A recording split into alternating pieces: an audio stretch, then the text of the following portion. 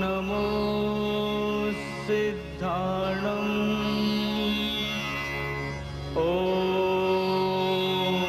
नमो आयर्याणम्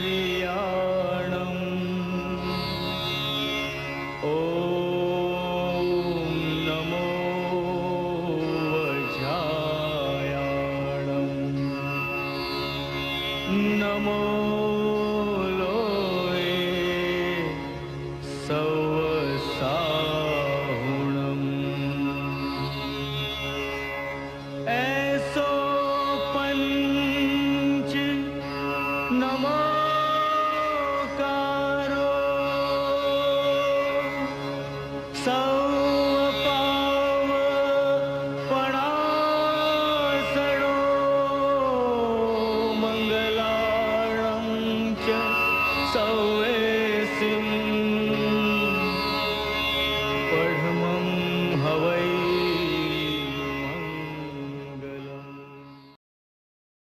નમસ્કાર.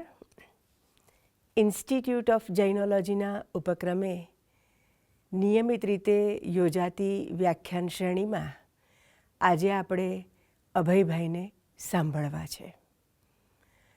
અભયભાઈ એક સંનિષ્ઠ અધ્યાપક, એક ઉત્તમ કક્ષાના સંશોધક અને સરસ વક્તા. જુદા જુદા વિષયો ઉપર અભ્યાસપૂર્ણ વક્તવ્ય તેઓ આપે. એમના વ્યાખ્યાનમાંથી આપણને કોઈક હૃદયને સ્પર્શી જાય એવી વાતો પણ મળે. અભયભાઈ પીએચડીના માર્ગદર્શક છે. એમની પાસે ઘણા બધા વિદ્યાર્થીઓએ પીએચડી પણ કર્યું છે અને ખાસ કરીને મધ્યકાલીન ગુજરાતી સાહિત્યનો એમનો ઊંડો અભ્યાસ રહ્યો છે. એટલે એમણે પોતે પણ જે પીએચડીનો વિષય પસંદ કર્યો તે ચોવીસી સ્વરૂપ અને સાહિત્ય, એના ઉપર એમણે સંશોધન કરી અને પીએચડી કર્યું અને એમાં એમણે થોડા જ સમયમાં પીએચડીની ડિગ્રી પણ મેળવી લીધી. અને પછી તો સતત એમનું લેખન કાર્ય ચાલતું રહ્યું, સંશોધનનું કાર્ય ચાલતું રહ્યું, સંપાદનનું કાર્ય પણ ચાલતું રહ્યું. એમણે જૈન ધર્મના ઘણા બધા પુસ્તકો આપણને આપ્યા છે. વળી જુદી જુદી યુનિવર્સિટીઓની અભ્યાસક્રમ સમિતિમાં પણ તેઓ એક સભ્ય તરીકે પોતાના વિચારોને એમાં સતત પ્રગટ કરતા રહે છે. એમના ઘણા બધા લેખો જુદા જુદા સામયિકોમાં પણ પ્રગટ થયા છે. એટલે એક સતત સંશોધકનો જીવ એમ આપણે કહી શકીએ.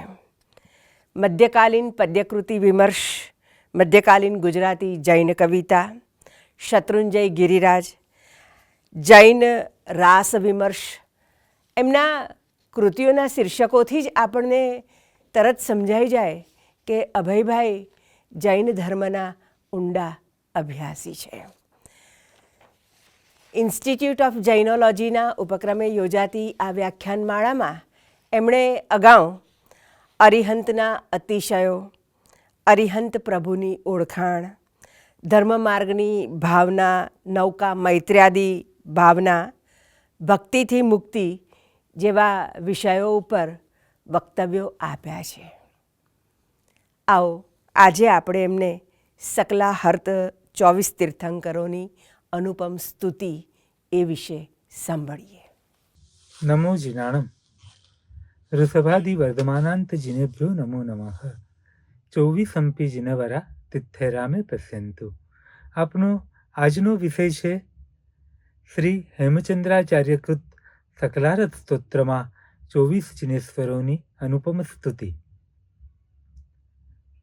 આપણે ત્યાં 24 તીર્થંકરોની સ્તુતિ કરવાનું, તીર્થંકરોના જે ગુણ છે એ ગુણોનું સંકીર્તન કરવાની એક વિશાળ પરંપરા રહી છે. એ પરંપરાના મૂળ 6 આવશ્યકમાંના એક આવશ્યક 24 હથ્થોમાં જોઈ શકાય. 24 હથ્થોમાં પ્રથમ સામાયિક લઈને શ્રાવક પોતે શ્રદ્ધાપૂર્વક 24 તીર્થંકરોનું ભાવપૂર્વક સ્મરણ કરે છે. એ 24 તીર્થંકરોનું ભાવપૂર્વક સ્મરણ કરવાનું સૂત્ર એટલે કે લોગસ્સ. આ લોગસ્સની અંદર 24 તીર્થંકરોના નામનો નિર્દેશ કર્યો હોવાથી તેનું બીજું નામ નામસ્તવ સ્તોત્ર છે. આ નામસ્તવ સ્તોત્રમાં કહેવાયું છે કે 24 તીર્થંકરો સર્વ કર્મથી રહિત અને મોક્ષ માર્ગને દેનારા અને કેવળ જ્ઞાનથી યુક્ત છે.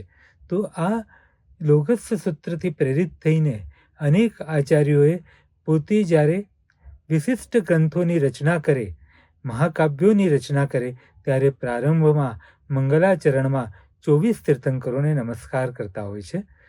તો એ જ રીતે કેટલાક કવિઓએ સ્વતંત્ર એવી કાવ્યકૃતિઓનું પણ નિર્માણ કર્યું. એની અંદર શોભન મુનિનું નામ સૌથી પહેલું યાદ આવે. શોભન મુનિએ સ્તુતિ 24 સ્તુતિ ચતુર્વિંશિકાની રચના કરી. એની અંદર એમણે એવી રચના કરી કે કાવ્યનું પહેલું ચરણ અને ત્રીજું ચરણ સમાન હોય, અથવા તો બીજું ચરણ અને ચોથું ચરણ સમાન હોય, ઉચ્ચારની દ્રષ્ટિએ સમાન હોય, પણ અર્થની દ્રષ્ટિએ વિભિન્ન હોય. આવી યમક અલંકારથી સભર એવી સ્તુતિ ચતુર્વિંશિકાની રચના શોભન મુનિએ કરી. એવી જ રીતે બપ્પભટ્ટી સૂર્યે પણ સ્તુતિ ચતુર્વિંશિકાની રચના કરી. આ જ પરંપરાની અંદર એની આગળ થયેલા સંમંતભદ્રનું નામ પણ અવશ્ય યાદ કરવું જોઈએ. સંમંતભદ્રાચાર્યે સ્વયંભૂ સ્તોત્રની રચના કરી. આ સ્વયંભૂ સ્તોત્રની અંદર એમણે 24 તીર્થંકરોના ખૂબ ઉત્કૃષ્ટ હૃદયના ભાવથી ગુણગાન ગાયા છે અને સાથે જ પરમાત્માના વિતરાગ સ્વરૂપની વાત ખૂબ જ વિશદતાથી અને તર્કબદ્ધ રીતે આલેખી છે. એ રીતે એ સ્વયંભૂ સ્તોત્ર આપણા સ્તોત્રની પરિપાટીમાં ખૂબ જ મહત્વપૂર્ણ સ્થાન ધરાવે છે. આપણે મંગલાચરણોની વાત કરી તો આવા જ મંગલાચરણની પરંપરામાં કલિકાલ સર્વજ્ઞ અને ગુજરાતની અસ્મિતાના પ્રતાપી સૂત્રધાર સિદ્ધરાજ અને કુમારપાળ એ બે રાજાઓના રાજ દરબારની અંદર જૈન ધર્મનો જય જયકાર કરનારા, ગુજરાતી ભાષાનું પ્રથમ વ્યાકરણ રચનારા અને જેને ઓશન ઓફ ધ નોલેજ કહીને પાશ્ચાત્ય વિદ્વાનો પણ જેમના ગુણગાન ગાય છે એવા કલિકાલ સર્વજ્ઞ હેમચંદ્રાચાર્યે જ્યારે ત્રિષષ્ઠી સલાસા પુરુષ ચરિત્રનું નિર્માણ કરવાનો પ્રારંભ કર્યો ત્યારે એના મંગલાચરણમાં એમણે 26 શ્લોકોની અંદર પ્રથમ 2 શ્લોકમાં પીઠિકા બાંધી અને પછીના 26 શ્લોકોની અંદર 24 તીર્થંકરોના ગુણગાન ગાયા. એટલે કે એક શ્લોકમાં એક તીર્થંકરના ગુણગાન ગાયા. 2 શ્લોકમાં પીઠિકા અને એ પછીના 24 શ્લોકમાં 24 તીર્થંકરોના ગુણગાન. મહાપુરુષોની એ વિશિષ્ટતા હોય છે કે એમની રચેલી કૃતિ ભલે કોઈ બીજી કૃતિનો ભાગ હોય પણ એનો મહિમા એવો વ્યાપક થતો હોય છે કે એ પણ એક સ્વતંત્ર કૃતિ બની જાય છે. એટલે ત્રિષષ્ઠી સલાકા પુરુષ ચરિત્રનું આ મંગલાચરણ બીજા કેટલાક શ્લોકોને ઉમેરીને આપણે ત્યાં સકલારથ ચૈત્યવંદનના રૂપે પ્રસિદ્ધ છે, જે પક્ષી, ચોમાસી અને સંવત્સરી પ્રતિક્રમણના પ્રારંભે જ ચૈત્યવંદન રૂપે બોલવામાં આવે છે. તો આ જે સકલારથ સ્તોત્ર છે, આ સકલારથ સ્તોત્રમાં આમ તો નાના અનુષ્ટુપના 26 શ્લોકોની અંદર જ આખી સ્તુતિની રચના થઈ છે. અનુષ્ટુપ છંદ જે છે એ 32 અક્ષરનો છંદ છે, પણ આ 32 અક્ષરની અંદર એક તીર્થંકરોની એમને જે હેમચંદ્રાચાર્યે અનુપમ સ્તુતિ રચના કરી છે એ આપણે જ્યારે એનું ચિંતન, મનન અને એને નિકટથી નિરખીએ છીએ ત્યારે આપણને અનુભવ થાય છે કે પરમાત્માના ગુણોની કેવી ઓળખાણ હેમચંદ્રાચાર્ય કરાવે છે. જેમણે વિતરાગ સ્તોત્રમાં ખૂબ વિસ્તારથી પરમાત્માના ગુણોની ઓળખાણ કરાવી છે, પણ અહીં આ જ કવિની કલમ અત્યંત સંક્ષેપમાં, કારણ કે મંગલાચરણ છે મૂળ તો, પણ એ મંગલાચરણની અંદર પણ પરમાત્માના ગુણોની એવી ઓળખાણ કરાવે છે, પરમાત્માના સ્વરૂપની એવી ઓળખાણ કરાવે છે કે જેથી પરમાત્માની સાથે પ્રીતિ બંધાઈ જાય અને પરમાત્માના જીવન ચરિત્ર વાંચનની અંદર આપણને એક વિશિષ્ટ પ્રકારના આનંદનો અનુભવ થાય. તો આ પરમાત્માની ઓળખાણ કરાવવા માટે કવિ કઈ પદ્ધતિએ કાર્ય કરે છે એને આપણે જોઈએ. આચાર્ય કવિશ્રી હેમચંદ્રાચાર્ય પ્રથમ તો જીવન ચરિત્રના સંદર્ભ લઈને કેટલાક શ્લોકોની રચના કરે છે. એમાં સર્વપ્રથમ આદિનાથ ભગવાન, પ્રથમ એવા તીર્થંકર ઋષભદેવ ભગવાનની સ્તુતિ કરતા વાત કરે છે કે પરમાત્મા તમે જ આ સૃષ્ટિની અંદર પ્રથમ રાજા થયા, પૃથ્વીના નાથ થયા, તમે જ સાધુઓમાં પ્રથમ થયા, નિષ્પરિગ્રહીમાં પ્રથમ થયા અને તમે જ તીર્થંકરમાં પ્રથમ થયા. તો આ એક નાનકડા શ્લોકની અંદર એમણે આદિમમ પૃથ્વીનાથમ, આદિમમ નિષ્પરિગ્રહમ, આદિમમ તીર્થનાથમ ચ ઋષભ સ્વામિનમ સ્તુમઃ, એમ નાનકડા શ્લોકમાં જ પરમાત્માના જીવનની 3 મુખ્ય વિશેષતાઓ, પ્રથમ તીર્થંકર, પ્રથમ સાધુ અને પ્રથમ રાજા, એ વાત ખૂબ જ સુંદર રીતે મૂકી દીધી છે. તો આવું જ જીવન ચરિત્રના સંદર્ભ લઈને બીજા એક નેમિનાથ ભગવાનની સ્તુતિ કરતા એમને કહ્યું યદુવંશ સમુદ્રેન્દુ કર્મ કક્ષ હોતાસન અરિષ્ટ નેમિર ભગવાન ભૂયાદો અરિષ્ટ નાસન. અહીં તો એક જ ચરણમાં જીવન ચરિત્રનો સંદર્ભ લીધો કે યદુવંશના રૂપી સમુદ્રની અંદર ચંદ્રને સમાન હે નેમિનાથ ભગવાન તમે છો. તો યદુવંશનો ઉલ્લેખ કરીને શ્રીકૃષ્ણ, પૌરાણિક શ્રીકૃષ્ણ, તેઓ પણ યાદવ વંશના છે અને એમના જ વંશમાં એમના નાના ભાઈ આ અરિષ્ટ નેમિ અથવા તો નેમિનાથ ભગવાન થયા છે એવો ઇનડાયરેક્ટ ઉલ્લેખ કવિ આપણી આગળ મૂકી દે છે. એ પછી 23મા તીર્થંકર પાર્શ્વનાથ ભગવાનની સ્તુતિ કરતા એમના જીવનનો એક ખૂબ જ મહત્વપૂર્ણ પ્રસંગ, એમના જીવનમાં આવેલા ઉપસર્ગની વાતને ગૂંથે છે. કમઠે ધર્ણેન્દ્રે ચ સ્વોચિતમ કર્મ કુર્વતી પ્રભુસ્તુલ્ય મનોવૃત્તિ પાર્શ્વનાથ શ્રેયસ્તુવ. કમઠ અને ધર્ણેન્દ્ર બે દેવતાઓ પોતપોતાની રીતે પોતપોતાનું ઉચિત કાર્ય કરે છે અને પ્રભુ બંનેના પ્રત્યે તુલ્ય મનોવૃત્તિ રાખે છે. કમઠ છે એ જલવૃષ્ટિ કરે છે, કમઠ છે એ જળનો ખૂબ જ વરસાદ કરે છે, પણ એ વરસાદની વચ્ચે પણ પરમાત્મા અવિચલ રહ્યા છે. એટલું જ નહીં, પણ આ ઉપસર્ગ કરનારા કમઠ પ્રત્યે કોઈ દ્વેષ ભાવ આવ્યો નથી. એવી જ રીતે જે ધર્ણેન્દ્રે ઉપસર્ગનું નિવારણ કર્યું, પરમાત્માને સિંહાસન પર સ્થાપિત કર્યા, મસ્તક ઉપર પણાનું છત્ર કર્યું, એ બધા જ હોવા છતાં પણ એના પ્રત્યે પણ કોઈ રાગ આવ્યો નથી. આ રાગ અને દ્વેષ વિનાના મધ્યસ્થ એવા પરમાત્માનું આ જે ચિત્રણ છે એ આપણા અંતઃકરણને સ્પર્શે છે અને પરમાત્માનું આ સમત્વનું, પરમાત્માના મધ્યસ્થ ભાવના ગુણને આપણા અંતઃકરણમાં કવિ પ્રવેશ થાય એ રીતે આખી રચના કરે છે. કવિ જીવનચરિત્ર પછી બીજા નંબરે જે વાત કરે છે એ પરમાત્માના અચિંત્ય એવા સર્વજ્ઞતાના ગુણની, કે પરમાત્મા જે છે સમગ્ર જગતને રાગ અને દ્વેષ રહિત થયા હોવાથી, વિતરાગ થયા હોવાથી એમના જ્ઞાનમાં કોઈ અવરોધ નથી, કોઈ બંધન નથી. એમનું જ્ઞાન સંપૂર્ણપણે સમગ્ર વિશ્વના સર્વ પદાર્થોને નિરખે છે. તો આ વાતને કરતા અજિતનાથ ભગવાનના સ્તવનમાં કહે છે, અજિતનાથ ભગવાનની સ્તુતિમાં કહે છે કે એ પરમાત્મા કેવી રીતે જગતને જુએ છે. તો જાણે પરમાત્મા આખા વિશ્વને દર્પણમાં આપણે જોતા હોઈએ એવી રીતે એ સમગ્ર વિશ્વના પદાર્થને જુએ છે. તો સુવિધિનાથ ભગવાનની સ્તુતિમાં આ વાતને જરાક જુદી રીતે કહે છે કે કરની અંદર હાથમાં આંબળું હોય એવી રીતે એ સમગ્ર વિશ્વને જુએ છે. તો એવા સુવિધિનાથ ભગવાન અચિંત્ય ગુણોના ભંડાર છે, અચિંત્ય મહાત્મ્યના ભંડાર છે. તેઓ અમને બોધને આપનારા થાઓ. આ કેવળ જ્ઞાનની દિવ્ય જ્યોતિથી અમારા અંતઃકરણની અંદર દિવ્ય જ્ઞાનનો પ્રકાશ પથરાવો, અમારા અંતરની અંદર એક દિવ્ય જ્યોતિ પ્રગટ થાઓ, એવી પ્રાર્થના કરવામાં આવે છે. તો આ પરમાત્મા જે છે સર્વજ્ઞ છે, સર્વદર્શી છે, એટલે કે પદાર્થના સર્વ બાજુઓને જાણનારા છે અને પદાર્થની સર્વ બાજુઓને જાણનારા હોવાથી તેઓ અનેકાંતના મતને પ્રરૂપનારા છે.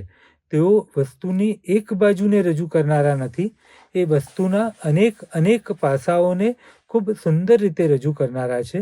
માટે જ એમને માટે સ્તુતિ કરતા કહે છે કે અનેકાંત મતાંબોધિ સમુલ્લાસન ચંદ્રમા દધ્યાદ મંદમ આનંદમ ભગવાનમ અભિનંદન. અનેકાંત રૂપી મતને ઉલ્લાસ કરનારા એવા હે પ્રભુ, આપ અનેકાંત રૂપી સમુદ્રને માટે આપ ચંદ્ર સમાન છો. એવા હે અભિનંદન ભગવાન, મને વિશિષ્ટ પ્રકારના આત્મિક આનંદને આપનારા થાઓ, એમ કવિ પ્રાર્થના કરે છે. એટલે કે અનેકાંતની વાત, એ વાત જે અનેકાંતનું બીજું નામ છે સ્યાદ્વાદ. કોઈ પણ વસ્તુમાં એક જ મારો જ મત સાચો, એ એકાંત ન હોઈ શકે. બીજાના મતમાં પણ કંઈક તથ્ય હોઈ શકે એવો સ્વીકાર, સત્યના અનેક પાસા હોઈ શકે એવો જે સ્વીકાર, એ વાત જે છે એ શીતલનાથ ભગવાનની સ્તુતિમાં પણ કરવે છે. સત્વાનામ પરમાનંદ કંદોદ ભેદ નવાંબુદ સ્યાદ્વાદામૃત નિસ્યંદી શીતલ પાતુ ભોજિન. એ શીતલનાથ ભગવાન સ્યાદ્વાદના અમૃતનો અર્ક આપણને આપનારા છે. અને એવા શીતલનાથ ભગવાન સર્વજીવોનું કલ્યાણ કરનારા થાઓ, સર્વજીવોની ઉપર એમની કૃપા દૃષ્ટિ થાઓ. આવા પ્રકારે હેમચંદ્રાચાર્ય એક પછી એક સ્તુતિની અંદર અવનવા ભાવોનો ઉલ્લાસ પ્રેરે છે. પરમાત્મા સર્વજ્ઞ છે, સર્વદર્શી છે, અને પરમાત્મા સ્યાદ્વાદનો મત પ્રતિપાદિત કરનારા છે.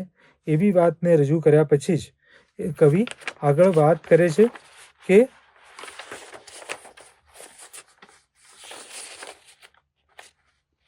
આગળ અનેક શ્લોકોની અંદર એવી વાત કરે છે કે આ અનેકાંતમય જે અને સર્વજ્ઞ હોવાથી તેમની વાણી ભવ્ય જીવોને આહ્લાદ કરનારી, સુખ આપનારી છે.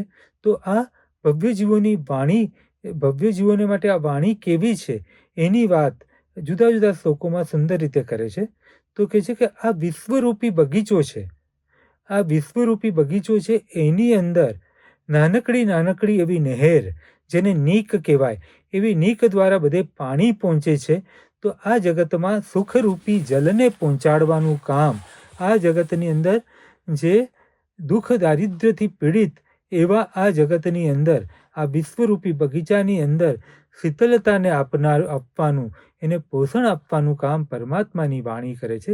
વિશ્વ ભવ્ય જનારામ કુલ્યા તુલ્યા જયંતિતા દેશના સમયે વાચે શ્રી સંભવ જગતપતે. તો આવી વાણીની વાતને વધુ વિસ્તારથી કરતા કહે છે કે આ વાણીના ગુણ કેવા છે. તો કહે છે કે જેમ ફટકડી પાણીમાં નાખો અને પાણી શુદ્ધ થઈ જાય, ફટકડી પાણીમાં નાખો અને પાણી શુદ્ધ થઈ જાય, એમ એક આયુર્વેદિક ઔષધિ છે કતકનું ફળ. એ કતકનું ફળ કહો, નિર્મળીનું ફળ કહો, તો એ પાણીમાં નાખો અને પાણી શુદ્ધ થઈ જાય. તો પરમાત્માની વાણી એવી છે કે આ જગતની અંદર અનાદિકાળથી જે જીવો અનેક પ્રકારના રાગ દ્વેષ આદિથી પીડિત છે, એ લોકો અંધકારમાં આથડી રહ્યા છે. તો એવા અંધકારમાં આથડતા લોકોને મોક્ષનો માર્ગ બતાવવાનું અદ્ભુત કાર્ય આ પરમાત્માની વાણી કરે છે. તો એને જાણે એ શુદ્ધ કરી દે છે, એમના ચિત્ત હૃદયને, મન હૃદયને શુદ્ધ કરી દે છે. એટલે કે છે કે વિમલ સ્વામીનો વાચ કતક શોધ સોદરા જયંતિ ત્રિજગત ચેતો જલ નિર્માલ્ય હેતવ. હે વિમલનાથ ભગવાન, આપની વાણી એવી મંગલમય છે કે એનાથી જેમ કતકનું ચૂર્ણ પાણીમાં નાખવામાં આવે અને પાણી શુદ્ધ થઈ જાય, એમ આપની વાણીના પ્રતાપે આ જગતના જીવોને જે મોહનો અંધકાર છવાયો છે, અંધકારમાંથી મુક્ત થઈને આ જે પાણીમાં કાદવ અને કીચડ છે મોહનો, કે આ વસ્તુ મારી છે, આ પર પદાર્થ પ્રત્યેની જે પ્રીતિરૂપ મોહનો કાદવ પાણીમાં જે છવાયો છે, એ કાદવને દૂર કરી દે છે. અને કાદવને દૂર કરીને વિશુદ્ધ શુદ્ધ એવા આત્મતત્વને ઓળખાવનારી છે. એમ કરીને એમને વિમલનાથ ભગવાનની સ્તુતિ કરી છે. તો આ જ સ્તુતિને આગળ વધારતા કહે છે કે આ જગત મોહની નિદ્રામાં ઘેરાયેલું છે. અને આ મોહની નિદ્રા એટલે કેવી? તો ઉપાધ્યાય યશોવિજયજી મહારાજ જ્ઞાનસારમાં કહે છે કે અહમ મમેતિ મંત્રોયમ મોહસ્ય જગદાંધ્યકૃત અયમેવ હિ નંગ પૂર્વ પ્રતિમંત્રોપી મોહજિત. આ જગતને વશ કરવા માટે મોહરાજાએ જાણે મદિરા જેવા આ બે મંત્ર આપ્યા છે, અહમ અને મમ, હું અને મારું, ઈગો અને પજેશન. આ બે મંત્ર મોહરાજાના છે. આપણને નાની નાની બાબતમાં ઈગો અટકી જતો હોય છે અને આપણને ફાવતી વસ્તુઓ, ગમતી વસ્તુઓ, એ બધી વસ્તુઓ પ્રત્યે બહુ પજેશન્સ હોય છે. આ મારા કપડાં, આ મારા પેન્ટ, આ મારા શર્ટ, આ મારી પેન, આ મારા વોચ, આ મારી વોચ, આ તો અમે યુએસએ ગયા હતા ત્યારે લઈને આવ્યા હતા, આવી મોંઘી વોચ. આમ કરીને આપણે એ બધી વસ્તુઓના મોહ અને મમત્વમાં ડૂબેલા હોઈએ છીએ અને એ મહાનિદ્રા છે. આત્મ સ્વરૂપની ઓળખાણ ન થવાને લીધે આપણે આ સંસારની અંદર જે આસક્તિનો ભાવ છે એ મહાનિદ્રા છે. અને આ મોહનિદ્રા, આ મધરાત જેવી આપણી આ ઊંઘ છે, એને દૂર કરવામાં કોણ પાવરફુલ છે? તો કે જગન મોહનિદ્રા પ્રત્યુષ સમયોપમમ મુનિ સુવ્રત નાથસ્ય દેશના વચનમ સ્તુમા. જાણે મુનિસુવ્રત સ્વામીના દેશનાના વચનો છે એ વહેલી સવારનું અજવાળું છે. આ જગત જે મોહની ઊંઘમાં ગાઢ પોઢી ગયું છે એને જગાડવા માટે આ પરમાત્માની વાણી એ અમૃતમય એવી ઉષા છે, નવ પ્રભાતનો કાળ છે, એમ કરીને મુનિસુવ્રત સ્વામી ભગવાનની સ્તુતિ કરી છે. તો આવા પરમાત્માના એક એક ગુણને કેન્દ્રમાં રાખીને નાનકડા એવા અનુષ્ટુપ છંદની અંદર કવિ સ્તુતિની એક પછી એક પરંપરાને આગળ વધારે છે. પરમાત્માનો ઉપકાર એ કવિના હૃદયમાં વસ્યો છે કે પરમાત્મા ખૂબ જ ઉપકારી છે. અને એ વાતને વાસુપૂજ્ય સ્વામીની સ્તુતિમાં કરતા કહે છે, વિશ્વોપકાર કી ભૂત તીર્થકૃત કર્મ નિર્મિતિ સુરાસુર નરે પૂજ્યો વાસુપૂજ્ય પુનાતુવા. વિશ્વના ઉપકારને કરવા માટે, વિશ્વના સર્વ જીવોનો ઉપકાર કરવા માટે તીર્થંકર નામ કર્મનું તમે નિર્માણ કર્યું અને તીર્થંકર નામ કર્મના પ્રતાપે તમે દેવો, મનુષ્યો અને અસુરેન્દ્રો આ સર્વના પૂજિત થયા. આ સર્વેથી તમે પૂજિત છો. એવા વિશ્વોપકારકી ભૂત, એવા વિશ્વના ઉપકારને કરનારા હે પ્રભુ વાસુપૂજ્ય સ્વામી ભગવાન, આપના ચરણોમાં હું નમસ્કાર કરું છું. તો આ રીતે એક પછી એક સ્તુતિની અંદર પરમાત્માના સામર્થ્યનો, વિશ્વની અંદર જે એમને ઉપકારની વૃષ્ટિ કરી છે, ધર્મ માર્ગને બતાવ્યો છે, એની વાત કરતા અરનાથ ભગવાનની સ્તુતિમાં કહે છે કે અરનાથ ભગવાન હે તમે કેવા ઉપકારી છો. તો કે અરનાથ ભગવાન જે છે એ 4 પ્રકારના પુરુષાર્થને ની દેશનાને આપનારા છે. એટલું જ નહીં, ચોથા આરાના જે આકાશની અંદર આપ ચંદ્ર સમાન છો અરનાથ ભગવાન, અને એ ચતુર્થ આરાના આભની અંદર આપ જે ચતુર્થ પુરુષાર્થ રૂપ લક્ષ્મી જે છે એને પ્રબોધી છે, એટલે કે મોક્ષ માર્ગને પ્રબોધ્યો છે. એટલે આપણે બધા ધર્મના પ્રતાપે, ધર્મના પરિણામે સાંસારિક ફળોની અપેક્ષા રાખીએ છીએ, પણ અહીં પરમાત્માની પાસે જે ઈચ્છા રાખવાની છે અથવા તો પરમાત્માની પાસે જે યાચવાનું છે એ મોક્ષ છે. ચતુર્થ પુરુષાર્થ શ્રી વિલાસમ વિતનોતુવા. પરંતુ આ મોક્ષ શું છે? આપણે મોક્ષને એક સિદ્ધ શિલારૂપી સ્થાન એવું માનીએ છીએ, તો એ તો બરાબર છે, પણ એ સિદ્ધ શિલારૂપી સ્થાનમાં વસવા પહેલાં આપણી ઈચ્છાઓનો નષ્ટ થઈ જવી, આપણું સંસારનું પરિભ્રમણ નષ્ટ થઈ જવું, આપણને સર્વ જીવો પ્રત્યે સમાન મૈત્રીભાવ પ્રગટ થવો, એ જ વાસ્તવમાં મોક્ષ છે. અને એ પરમાત્માની આ કરુણાના ગુણની વાત કરતા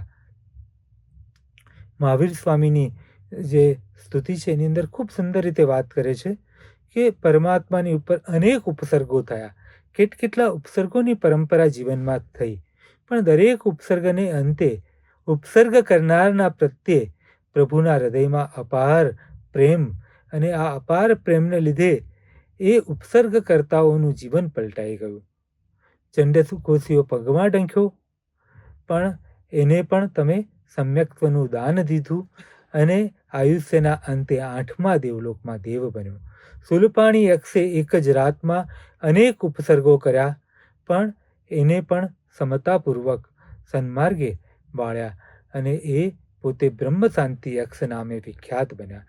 પણ એક દુર્ભાગી જીવ, એક અભવ્ય જીવ, એ સંગમ નામના દેવતાએ 6 મહિના સુધી પ્રભુની ઉપર ઉપસર્ગો કર્યા, અનેક ઉપસર્ગો કર્યા, પણ એ સંગમ દેવ છેલ્લે હાર્યો અને પાછો જાય છે દેવલોકમાં. એ સમયે પ્રભુની આંખો કરુણાથી ભીની થઈ ગઈ. કૃતાપરાધેપી જને, જે અપરાધ કરનારા છે એવા લોકો પ્રત્યે પણ હૃદયની અંદર સમત્વના અને પ્રેમના જ જરા ફૂટ્યા અને એમ થયું કે આટલા 6 મહિના મારી પાસે રહ્યો, પણ આ જીવનો ઉદ્ધાર ન થયો. એ વિચારથી જરાક એમની આંખોમાં આંસુનું બિંદુ તગતગ્યું. કૃતાપરાધેપી જને કૃપા મંથર તાર્યો ઈસદ બાષ્પાર્દ્રયો ભદ્રમ શ્રી વીરજીને નેત્રયો. જે જરાક ઈસદ એટલે થોડાક આંસુથી ભીના થયેલા એવા હે પ્રભુ મહાવીર, તમારા નેત્રો કરુણાના ભંડાર છે. અને આ કરુણાના ભંડાર નેત્રની વાત કરતા પરમાત્માની કરુણા કેવી વિશાળ છે એની વાત કરતા અનંતનાથ ભગવાનની સ્તુતિમાં શ્લેષ અલંકારથી વાત કરે છે. સ્વયંભૂ રમણ સ્પર્ધી કરુણારસ ભારિણા અનંત જિદનંતાંબ પ્રેચ્છતુ સુખશ્રિયમ. જૈન ભૂગોળની જેને જાણકારી હોય તો સૌથી મોટામાં મોટો સમુદ્ર એ પેસિફિક નહીં, પણ સ્વયંભૂ સમુદ્ર છે. આપણે જે રહીએ છીએ એ જંબુદ્વીપથી અનેક દ્વીપ યોજન, અનેક દ્વીપોના અંતરે અદ્ભુત એવું સ્વયંભૂ રમણ નામનો દ્વીપ છે. અને દ્વીપને વળી ફેલાયેલો, દ્વીપની ચારુ બાજુ ફેલાયેલો અત્યંત વિશાળ એવો એ સ્વયંભૂ રમણ નામનો સમુદ્ર છે, જેનું માપ અસંખ્ય યોજન પ્રમાણ કહેવામાં આવે છે. તો આવા અસંખ્ય યોજન માપવાળા સ્વયંભૂ રમણ સમુદ્ર પણ હે પરમાત્મા, તમારા કરુણાનો જે ગુણ છે, તમારા હૃદયમાં જે કરુણાનો સાગર છે, આપણે પ્રાર્થના ગીતમાં કહેતા હોઈએ છીએ, હે કરુણાના કરનારા, તારી કરુણાનો કોઈ પાર નથી.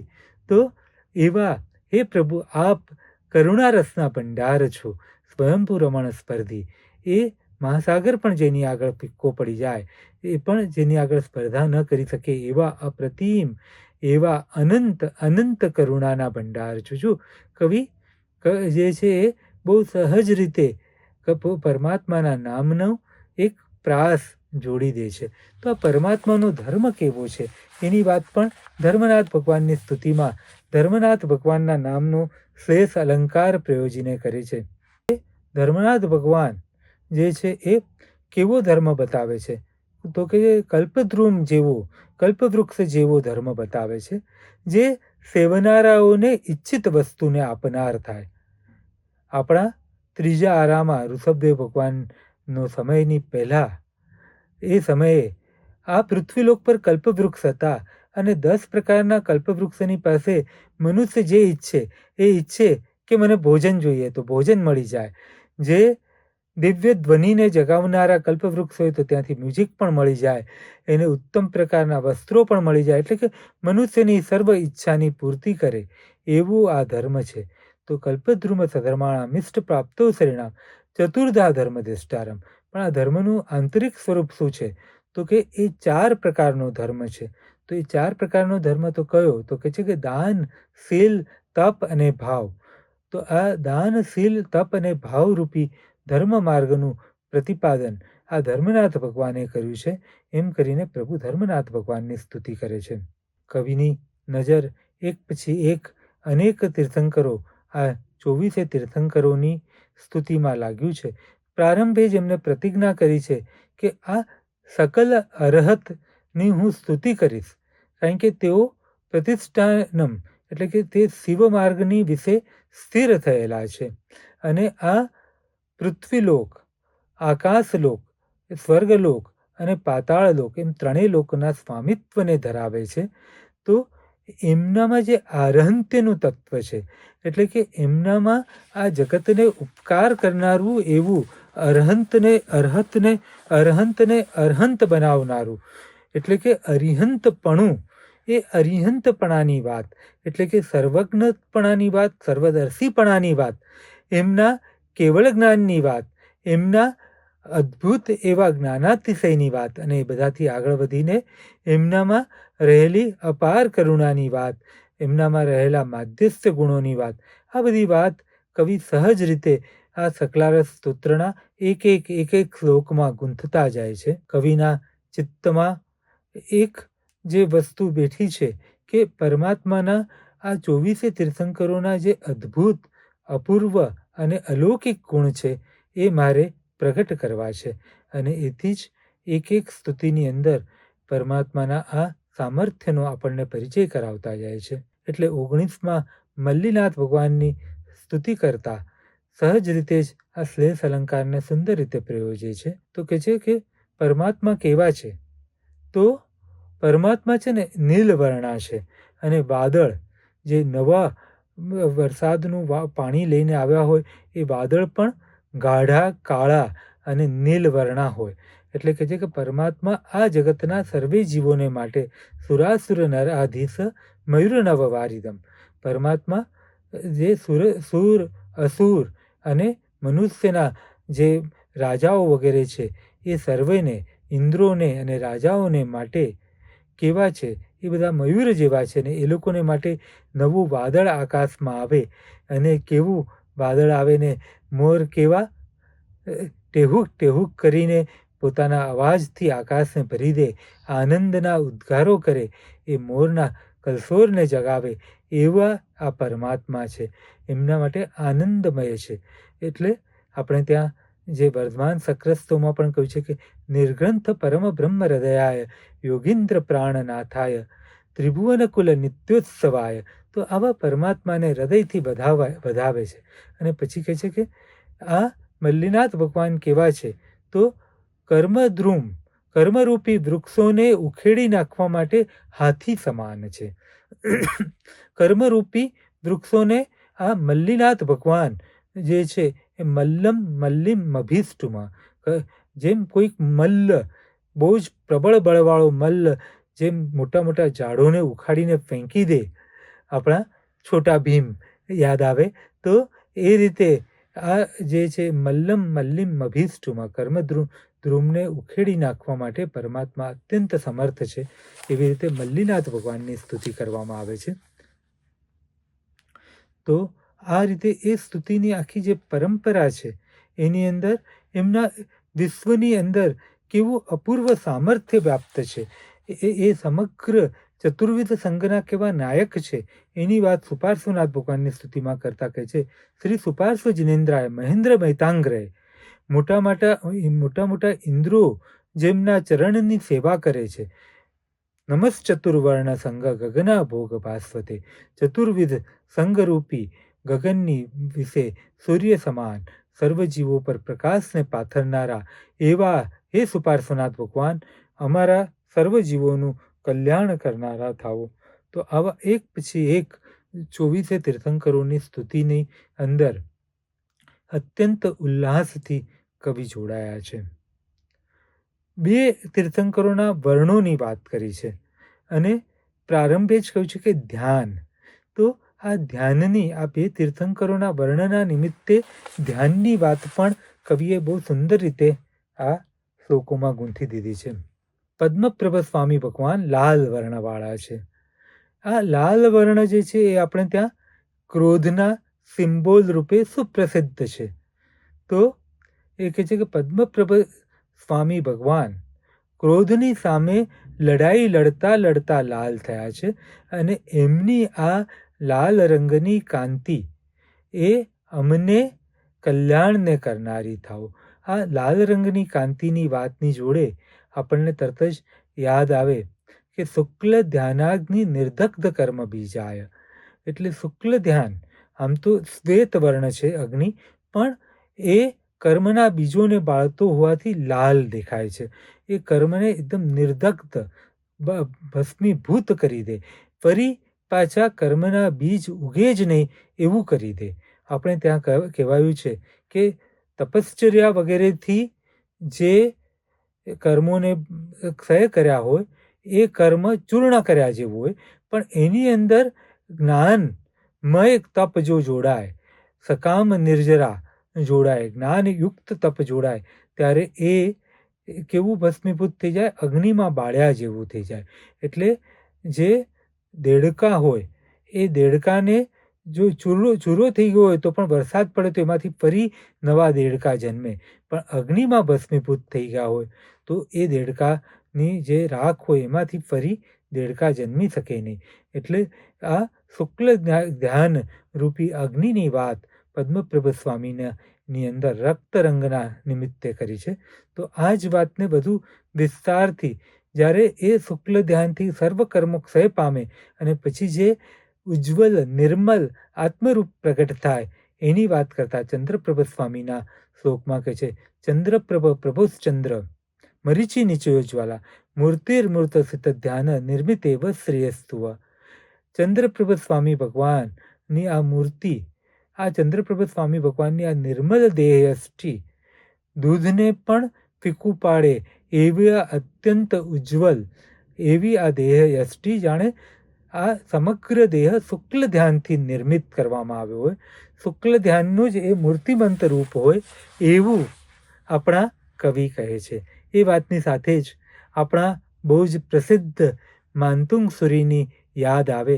એ શાંત રાગ રુચિભી પરમાણુ વિશ્વમ નિર્માપિત સ્ત્રીભુવને કલલામભૂત તાવંત એવ ખલુ તે પૃથિવ્યામ યત્તે સમાનમ પરમ નૈરૂપમસ્તિ. હે પ્રભુ, આ પૃથ્વી પર જે પણ શાંત રસના પૂતગલો છે એ બધાને જ ભેગા કરીને, એકત્ર કરીને તમારું આ રૂપનું નિર્માણ કરવામાં આવ્યું છે. તો આવી જ વાત હેમચંદ્રાચાર્ય સકલારથ સ્તોત્રમાં કરે છે. પરમાત્માના ગુણોની એક પછી એક જે વાત કરતા કવિને જાણે થાક જ લાગતો નથી. એટલે એક પછી એક નવા નવા શ્લોકોની અંદર પરમાત્માની ગુણની વાતોને નવા નવા પરિમાણોથી રજૂ કરે છે.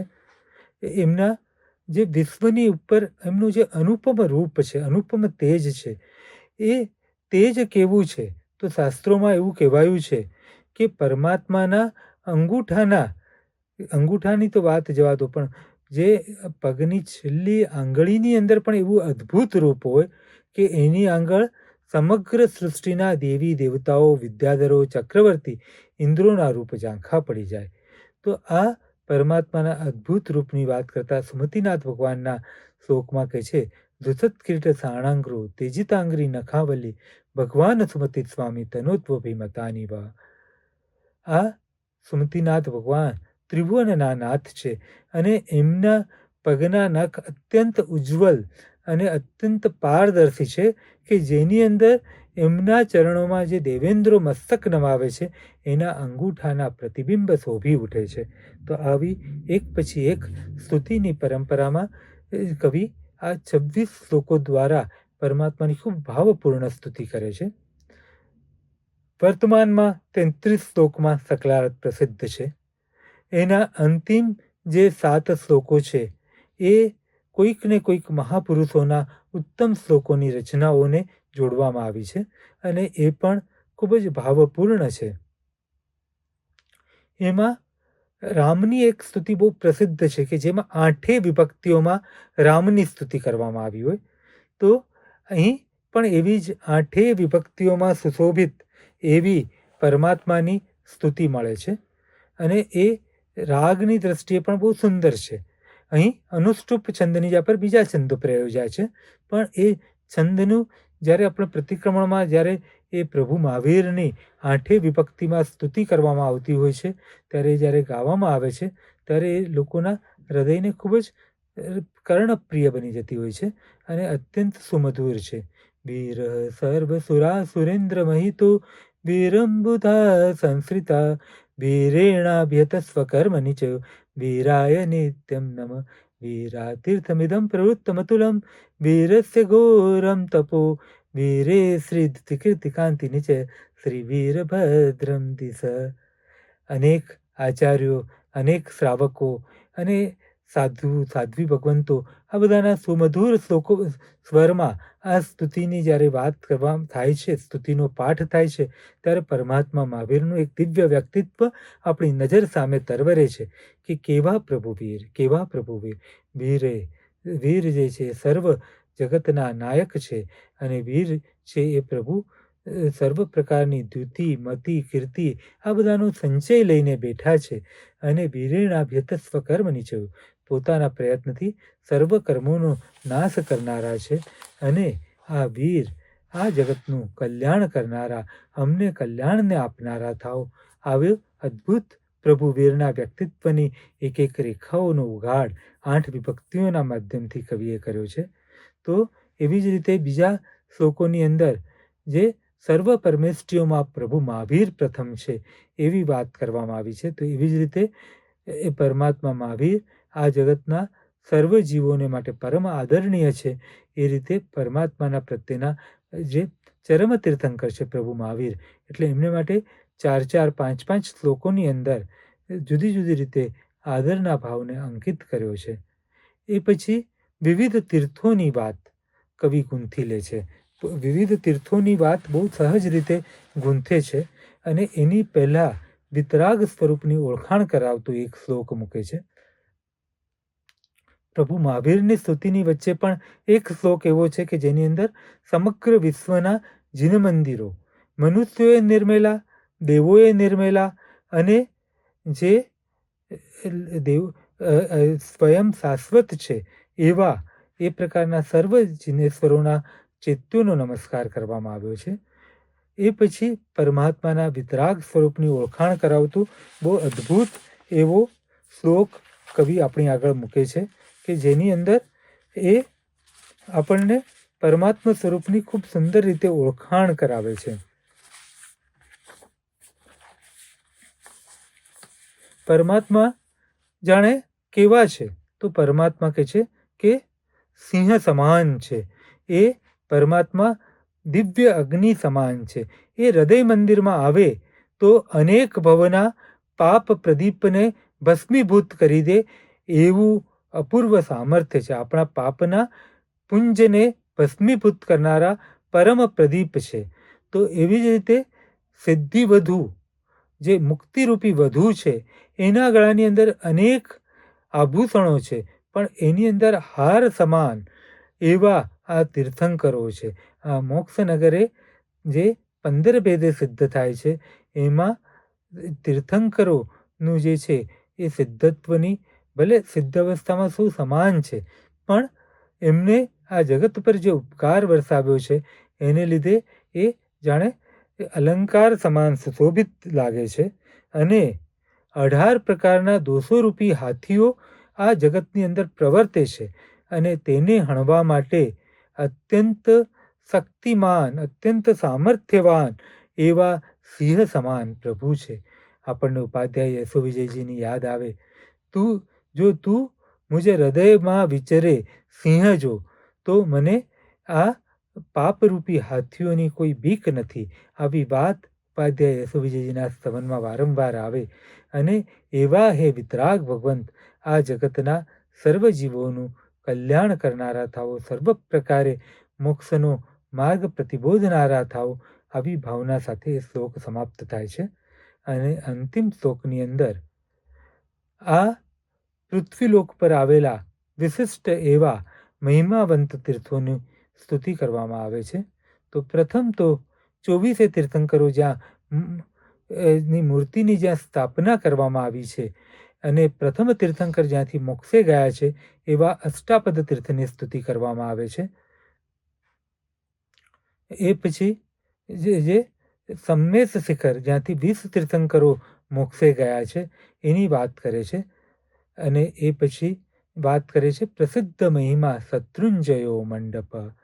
જે શત્રુંજય મંડપ જ્યાં આગળ પુંડરીક સ્વામીએ, પ્રથમ તીર્થંકરના પુત્ર પુંડરીક સ્વામીએ 5 કરોડની સાથે મુક્તિનું ગમન કર્યું, મોક્ષ રમણીને વર્યા, એવા એ શત્રુંજયની સ્તુતિ કરે છે. પ્રભુ મહાવીરે જ્યાં અનેક વાર દેશના આપી અને પ્રભુ મહાવીરના અનેક ગણધરો જ્યાંથી મોક્ષ ગમન પામ્યા એવા વ્યવહારગીરી તીર્થની વાત કરે છે. કનકાચલથી સુવર્ણાચલ જાલોરનો પણ લઈ શકાય અને મેરુ પર્વતની પણ વાત કરી શકાય. તો આ મેરુ પર્વત ઉપરથી 5 જે મેરુ પર્વત છે એની પર 24 તીર્થંકરોના અનેક પ્રકારે અભિષેક થતા હોય છે. એનાથી એ મેરુ પર્વત ધન્ય બન્યો છે અને ત્યાં અનેક શાશ્વત ચેત્યો રહ્યા છે. એટલે મેરુ પર્વતની વાત કરે છે. વ્યવહાર અર્બુદગીરી આબુ એની શિલ્પ સૃષ્ટિ માટે તો સુપ્રસિદ્ધ છે, પણ અહીંથી અનેક મહાપુરુષો મોક્ષે પણ ગયા છે. અને આ આબુની ઉપર બિરાજમાન વિમલ વસહીની અંદર અતિ અદ્ભુત કારીગરીથી સુશોભિત એવા આદિનાથ દાદા જે ભવ્ય જીવોના અંતઃકરણને અપૂર્વ આહ્લાદ આપનારા છે. એટલે આબુની કોરણી તો ચોક્કસ જુઓ, પણ ત્યાં બિરાજમાન આદિનાથ ભગવાન અને બાજુમાં જ બિરાજમાન કયા આપણા અદ્ભુત એવા જે નેમિનાથ ભગવાન વસ્તુપાલ તેજપાલના દેરાસરમાં બિરાજમાન લુણિક વસહીમાં એની જોડે એકતાર થઈને ભક્તિમાં ડૂબી જાય તો આબુની યાત્રા આપણી સફળ બનશે. અને અચલગઢની અંદર બિરાજમાન અદ્ભુત પ્રતિમાઓ, આ સર્વેને અર્બુદ શબ્દથી કવિએ સ્મર્યા છે. અને ચિત્રકૂટ, ચિત્તોડ આદિ સ્થળોમાં બિરાજમાન જિનેશ્વર દેવોને નમસ્કાર કરીને આ અત્યારે આપણું સકલારત સ્તોત્રને મુખ્ય એવી વાત પૂર્ણ થાય છે. તો આ સકલારત સ્તોત્રની અંદર સાધક આત્માઓને જે માર્ગ બતાવ્યો છે, સ્તુતિના નિમિત્તે જે પરમાર્થનો માર્ગ બતાવ્યો છે, પરમ તત્વનું દર્શન થાય એવો જે માર્ગ બતાવ્યો છે એ બહુ અદ્ભુત છે. અને હેમચંદ્રાચાર્યની એક કવિ પ્રતિભાનો આપણને પરિચય થાય છે કે અલ્પ અક્ષરોમાં ઓછા શબ્દોમાં ઘણું બધું પ્રગટ કરી દેવાનું સામર્થ્ય, અલ્પ શબ્દોની અંદર વાતને રજૂ કરવાની એમનું સામર્થ્ય આપણને દેખાય છે. અને આ 24 તીર્થંકરોની આ જે સ્તુતિ છે એ એટલી બધી ભક્ત હૃદયમાં વસી છે કે પક્ષી ચોમાસી સંવત્સરી પ્રતિક્રમણમાં તો સમગ્રપણે ચૈત્યવંદન રૂપે તો બોલવામાં આવે જ છે, પણ જ્યાં પણ સાધક આત્માઓ દર્શન માટે જાય છે, મુનિ ભગવંતો દર્શન માટે જાય છે, શ્રાવકો પણ દર્શન માટે જાય છે, અને ત્યાં જે મૂળનાયક હોય અથવા તો આજુબાજુમાં રહેલા સર્વ તીર્થંકરોની જે મૂર્તિઓ હોય એ મૂર્તિની આગળ, એ જિનબિંબની આગળ મસ્તક નમાવીને આદરપૂર્વક આ સકલારતના એક શ્લોક દ્વારા પરમાત્માની ખૂબ ભાવ ભક્તિથી અનુપમ ભક્તિપૂર્વક એમને નમસ્કાર કરીને આ સ્તુતિ કરવામાં આવતી હોય છે. તો આ સકલારત આમ તો જેને કહેવાય કે બહુ જ સરળ છે, એનું સંસ્કૃત પણ બહુ સરળ છે, અનુષ્ટુપ શ્લોક પણ સરળ છે, કારણ કે લાંબા શ્લોક તો 2-3 છે પણ એ પછીની ગાથાઓમાં છે, પણ બાકીના મોટાભાગના શ્લોક તો અનુષ્ટુપ છે. અને અત્યંત સરળ એવા શ્લોકમાં અત્યંત સરળતાથી હેમચંદ્રાચાર્યે જીન શાસનના ઉત્તમ એવા તત્વોનો સમાવેશ કર્યો છે. પ્રથમ તો એમને અર્યંત તત્વનો મહિમા કર્યો, પછી એ અર્યંત તત્વનો મહિમા કરતાં કહ્યું કે નામાકૃતિ દ્રવ્ય ભાવે પુનઃ સ્ત્રી જગજ્જનમ, એટલે કે આ જગતની અંદર જે પરમાત્માનું નામ છે, આકૃતિ છે, એટલે કે એમની જે પણ સ્થાપના કરવામાં આવી છે, એટલે કે મૂર્તિ વગેરે, અને એ પરમાત્મા રૂપ ન પામ્યા હોય એ સમયની એમની જે સ્થિતિ છે, એટલે કે દ્રવ્ય એમના આગલા ભવોમાં પણ એ ઉપકારી હોય છે, કારણ કે એમનો સ્વભાવ જ સહજ રીતે ઉપકાર કરનારો છે. એટલે કે નામાકૃતિ દ્રવ્ય ભાવે અને તીર્થંકર રૂપે જે 12 પ્રસદામાં બિરાજમાન 34 અતિશયોથી સુશોભિત અને કેવલ જ્ઞાન લક્ષ્મીથી મંડિત એવા આ તીર્થંકરોના જે એક પછી એક સ્મરણ કવિએ કર્યા 26 શ્લોકોની અંદર, એની અંદર પરમાત્માના ક્યાંક તો જીવન ચરિત્રના સંદર્ભો ગૂંથ્યા, ક્યાંક પરમાત્માના કેવળ જ્ઞાન ગુણનો મહિમા કર્યો, ક્યાંક અનેકાંતનો મહિમા કર્યો, તો ક્યાંક પરમાત્માની અપૂર્વ દેશના શક્તિનો મહિમા કર્યો, અને અંતે તો પરમાત્માના માધ્યસ્થ્ય અને કરુણા આદિ ગુણોનો પણ મહિમા અંકિત કરીને આપણા હૃદયમાં આ 24 તીર્થંકરોના અદ્ભુત ગુણોને અલંકૃત કરવાનું અને અદ્ભુત ગુણોને સ્થિર કરવાનું ખૂબ સુંદર એવું આ સ્તોત્ર. આમ તો મંગલાચરણ નિમિત્તે 63 સલાકા પુરુષ ચરિત્ર એટલે કે 63 સલાકા પુરુષના ચરિત્રના પ્રારંભે હેમચંદ્રાચાર્ય આ મંગલાચરણ રૂપે રચેલી એવી આ સ્તુતિ, એ સ્તુતિઓ આપણા હૃદયને, આપણા ચિત્તને નવા નવા અર્થનો અને નવા નવા ભાવોનો વિસ્તાર કરાવનારી બને છે. અને એ નવા નવા અર્થ, નવા ભાવોનો વિસ્તાર આપણા હૃદયને પુનઃ પુનઃ જે કહીએ કે અરિહંત ભગવંતના આલંબનની જોડે જોડનારી બને અને અરિહંત ભગવંતની સાથે એકત્વને આપનારી બને એવી શુભભાવના સાથે અત્યારના વ્યાખ્યાનને અહીં પૂર્ણ કરું છું. જીનાજ્ઞા વિરુદ્ધ કંઈ પણ બોલાયું હોય તો મિચ્છામિ દુક્કડમ. 24 જીનવરા તિથ્યરામે પશ્યંતુ. કલિકાલ સર્વજ્ઞ શ્રી હેમચંદ્રાચાર્ય સદ્ગુરુભ્યો નમઃ. આજે આપણે અભયભાઈને સકલ હર્ત 24 તીર્થંકરોની અનુપમ સ્તુતિ એ વિષય ઉપર સરસ વ્યાખ્યાન સાંભળ્યું. નવા નવા વિચારો એમના વ્યાખ્યાનોમાંથી પણ આપણને મળતા રહે છે. અમારા નિમંત્રણને માન આપીને એમણે સ્વીકાર કર્યો અને એક સરસ વક્તવ્ય એમણે આપ્યું. એટલે સંસ્થા વતી એમનો આભાર માનું છું. આ કાર્ય કરવા માટે અમને સતત માર્ગદર્શન અને પ્રોત્સાહન પૂરું પાડતા અમારા ટ્રસ્ટીઓને તો કેમ ભૂલી શકાય. એટલે ટ્રસ્ટીઓએ અમને જે આ કામ કરવા માટેની સુગમતા આપી છે એને માટે એમનો પણ હું આભાર માનું છું.